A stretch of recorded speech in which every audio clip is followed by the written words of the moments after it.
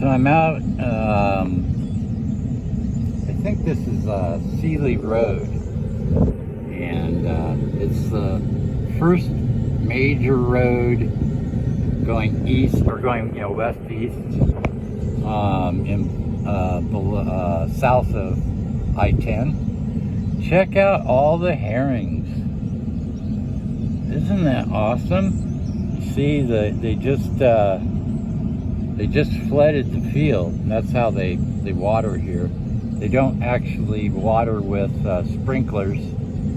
They flood the fields, and then the flooding technique is pretty good for this area, but it loses a lot of water from evaporation.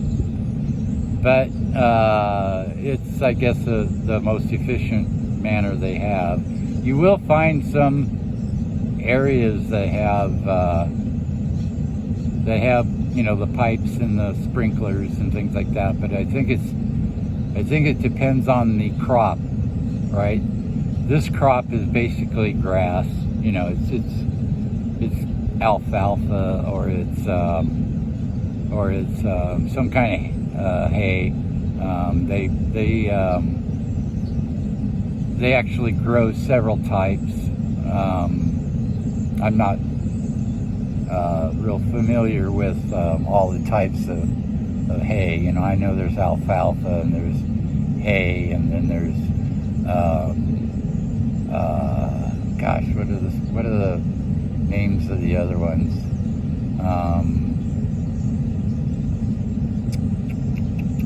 Anyway,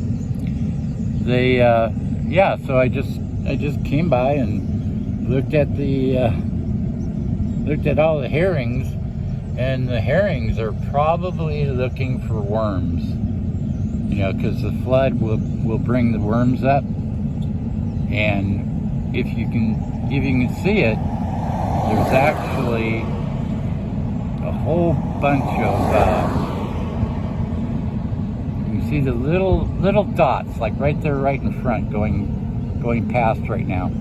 Those are all butterflies, and they were just, the other day, last Thursday, they were just everywhere. I must have hit probably a few hundred of them driving down to Oxbow, because they were just everywhere. And I think they come out as the alfalfa is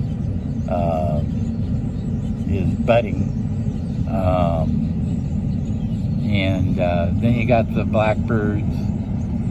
I'm not really sure what kind of birds they are, but yeah, it's pretty cool that you see them. You'll see them go down into the grass, and you can't see them because the grass is covering them, and then they'll pop up out of the grass. Every now and then you can see it.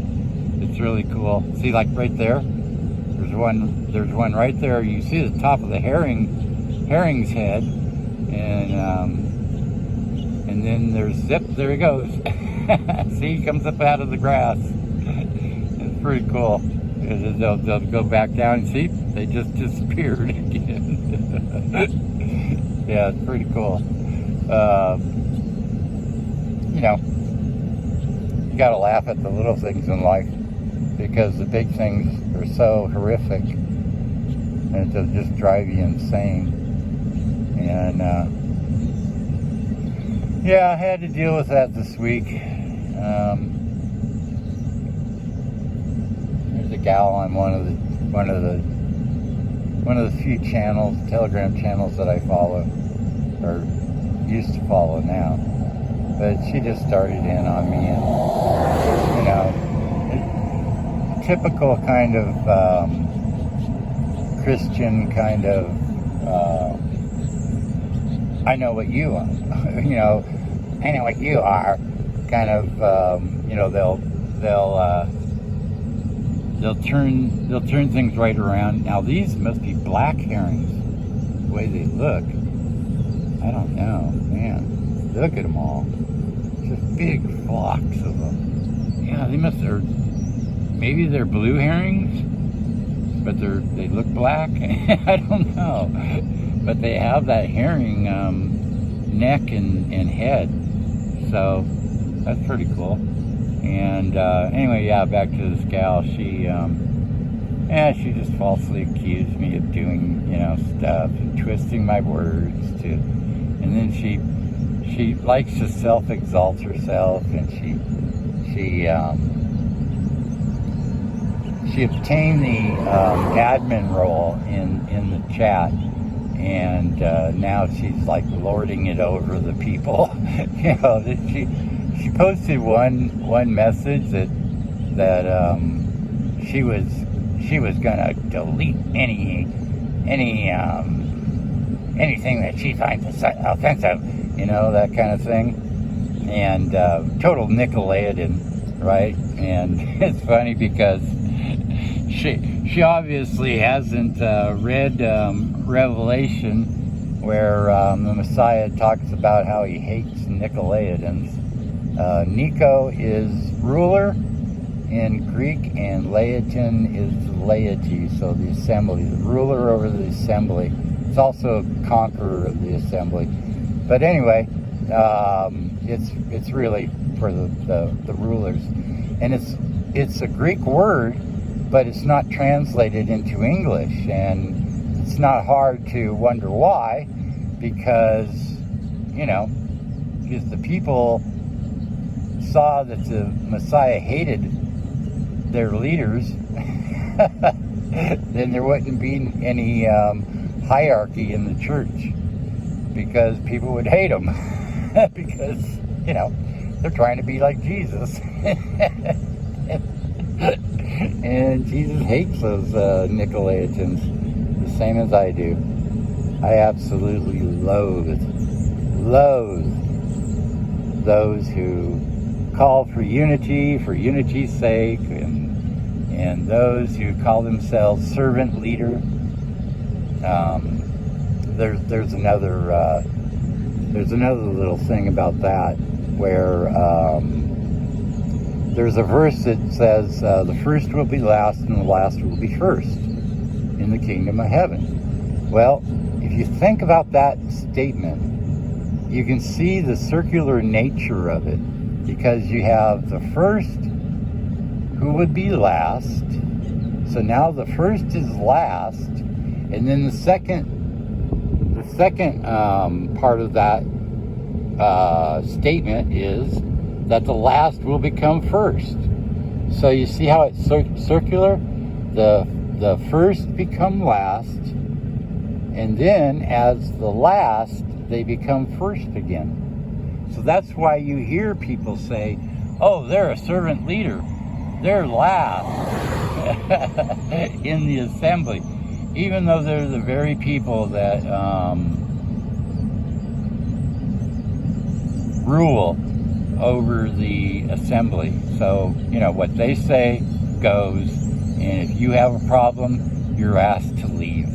And so many people have gone through this in Christianity that there's now over 41,000 denominations, because those people were asked to leave, and or you can be called, and then when you confront them, just like any other narcissist, and most these servant leaders and these Nicolaitans are narcissists. Either they're covert narcissists, or they're just flat out narcissists. And the covert are more dangerous, because it's harder to discern that they are indeed a narcissist. And they're full of self-love, and they're full of pride. They're full of arrogance. And then, of course, when you confront them, then they start gaslighting you and saying, "Oh, I didn't say that," and you could show them flat out that you have a piece of paper with their words on it, their name on it, and that's what it says. They'll look at you and say, "I didn't write that." You know, so yeah, just had a little run-in. But it's the third time I had to rebuke this woman. I did it once privately, and she didn't get the clue. And then I had to do it once publicly in front of the, the assembly, so to speak. And she still didn't get the clue. And that's when I left the channel for a while. And then when I went back here recently, I had to reinstall Telegram to contact an ex-coworker who's my friend, and every now and then we talk. But I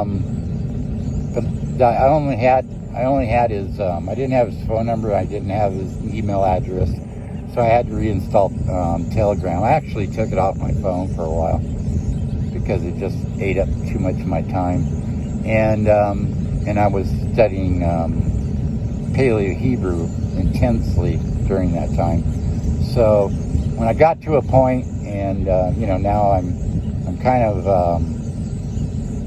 of stuck inside my travel trailer because of the heat, and because I have AC in the travel trailer.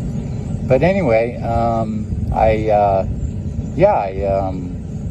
had to confront her once again, and that never goes well.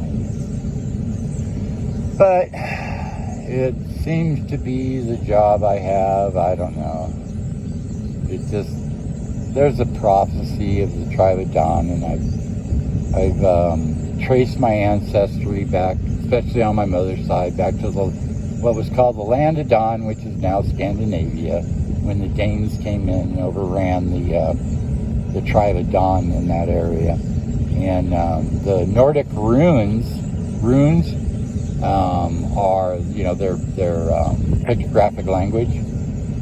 Those are actually, many of them are actually Paleo Hebrew pictographs, and then the others are kind of based on the Paleo Hebrew. So, and then my grandfather, his name was Hawkinson. So my mother's maiden name was Hawkinson. That's Haakinson. So in those days back then, when somebody was named a son like that on the end of a name, then it's usually the name of the person that they're referring to, and it usually went back to a king or something like that. And so there was actually a King Haakon of Norway. So my grandfather on my mother's side is a direct descendant of King Haakon, and so that means I got royal blood in my Norse blood in my veins, and of course it didn't do me any good. I mean, Norway is not Africa, right? So, oh well. Anyway, just thought maybe you'd like to see it. And I don't know if you can hear it, but man, those trees are full of birds. So, anyway, I got to get back on the road. I'm out doing recycling, and I just stopped and did that. I'm going to go check my mail, and then make a couple more stops before I scoot back to my travel trailer to get back into the AC. And it's not so bad today. It's only going to be 106, but the humidity is really, really up there. So it's it's hot in that mode. It reminds me of Kentucky, where I spent almost 3 lovely years in the Army, Fort Knox. So anyway, gotta go. Adios.